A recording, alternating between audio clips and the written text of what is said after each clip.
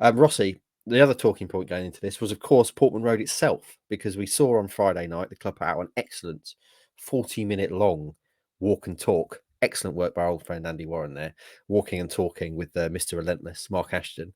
And it was staggering just how much work is going on at Portman Road. We knew there was work going on, but to see the sheer scale of it, 104 projects underway or in progress, 200 plus workers on site every single day. And a lot of it looked like a building site. So for me, looking at that, I was like, wow, that's a lot of work. That's really exciting. But B, they're having a game on Saturday. How are they?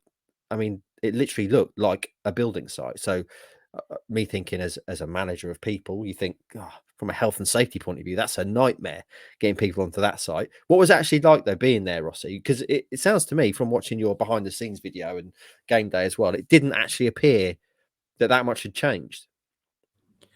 Not really for the areas we need to sort of work. Obviously, AJ had to be in a different, well, I wouldn't even call it a press box, really. Suite. It was just, yeah. Obviously, it was an executive-ish box, but essentially it's the box, and then you walk out onto a row of seats where, yeah, nice padded seats, not a bad view, albeit that it was sat next to like a whole tower of scaffolding. But the issue for me wasn't, it was actually an issue across the board, but also for me at kind of 5'6", 5'7" is that there's a ledge which we had to work 5'6", 5'7". I love that. People always had a little bit more on. Somewhere, yeah. I'm somewhere in there. I don't know where, but there's a ledge. Oi, you. Definitely not 5'5". That's all I can definitely say. Or 5'8".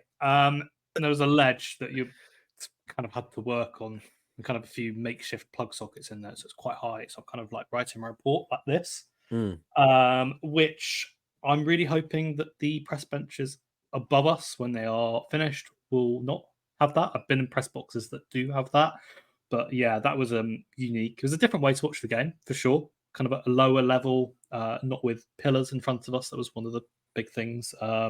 Excited to see what the press box looks like, but that was the big change from our perspective. Lower down in an executive box, and significant discomfort trying to write for the entirety of the game. Yeah.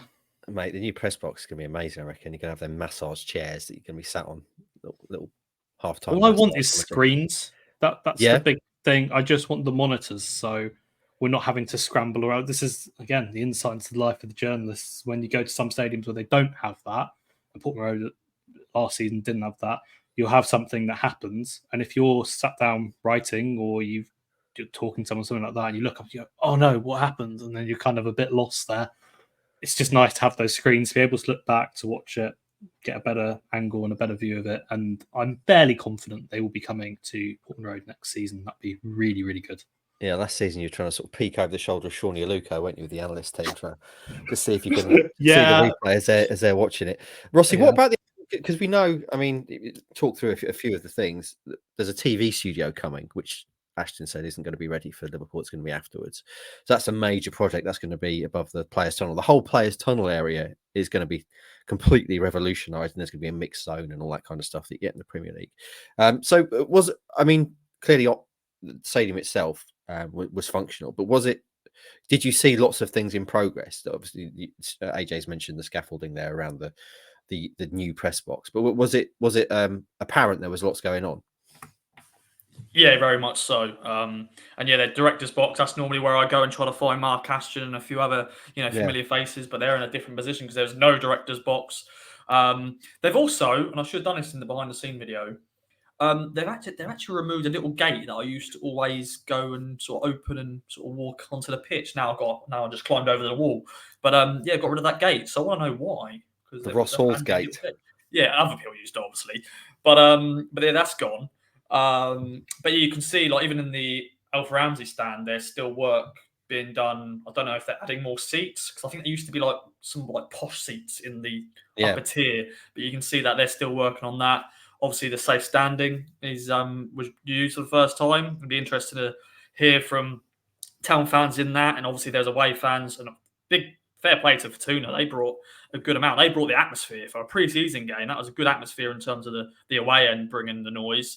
But yeah, you can just see there's a lot of work going on, and I'll be interested to know where the Dusseldorf players sort of got dressed, because I think the away dressing room is pretty under development, because you can see in that video. But I don't know how long that video was until they actually put it out. Like, it could have been maybe a week ago or whatever. But yeah, a lot of work happening. Yeah, a lot of building sites, and yeah, I was like, oh, maybe need to get my heart out if I need to go in these restricted zones. But obviously, I wasn't going to do that.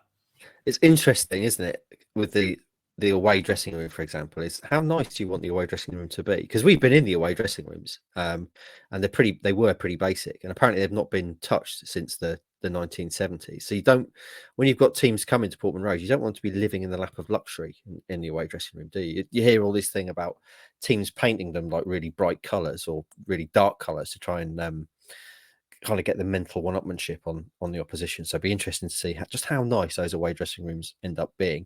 The other thing I loved from the video was the metaphor for town in recent history was the stairs in the cupboard, which obviously everyone saw. You open a cupboard, there's literally steps in the cupboard that just go to the back of the cupboard. It's just a wall. No one knows why they're there. They just are. And that was the kind of the perfect metaphor for town in recent years.